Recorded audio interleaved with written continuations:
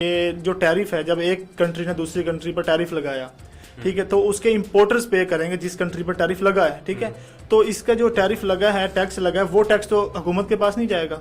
ہاں حکومت کے پاس جائے گا، لیکن مسئلہ یہ ہے نا کہ حکومت کام کیسے کرتی ہے.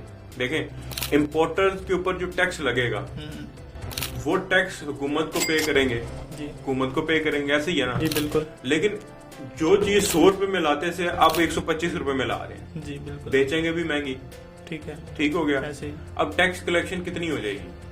اس سے سیل بھی کم ہو جائے گی نا آپ کی، وہ بھی لگا رہے ہیں آپ پہ، آپ کی چیزیں بھی کم درآمد ہوں گی. بھائی درآمد برآمد دونوں آپ کی کم ہونی ہے. ٹھیک ہے، ایک طرف سے آپ کو فائدہ شاید ہو کہ ہمیں باہر سے کم چیزیں منگوانی پڑے گی، لیکن وہ بھی آپ کے اوپر ٹیرف لگا رہے ہیں. تو ٹیکس تو حکومت کے پاس جائے گا، لیکن آپ دیکھو کہ لوگ خریدیں گے کم، سیل کم ہو جائے گی. اب جیسے جوس ہے، اورنج جوس ہے، تو اب اگر وہ 100 روپے کا ملتا تھا وہ 150 کا مل رہا ہے، تو بھائی لوگ کم خریدیں گے نا، وہ لوکل پروڈکشن کی طرف چلے جائیں گے. لیکن وہ لانگ ٹرم جائیں گے تو بہتر ہوگی اکانومی. شارٹ ٹرم میں امپیکٹ یہ پڑے گا کہ کچھ عرصے کے لیے یا ہو سکتا ہے کچھ چیزوں کا الٹرنیٹو ہو ہی نہ.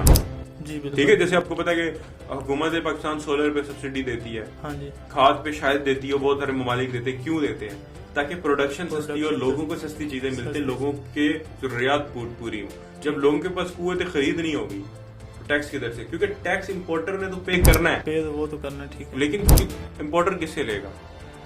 وہ تو ظاہر سی بات ہے. ایٹ دی اینڈ تو اینڈ یوزر خریدے گا تو ٹیکس کلیکشن ہوگی نا. وہ لے ہی نہیں رہا، وہ کہہ رہا ہے مہنگی ہوگی ہے، تو امپورٹر منگوائے گا ہی نہیں. تو ایٹ دی اینڈ نقصان تو کہیں نہ کہیں تو ہوگا.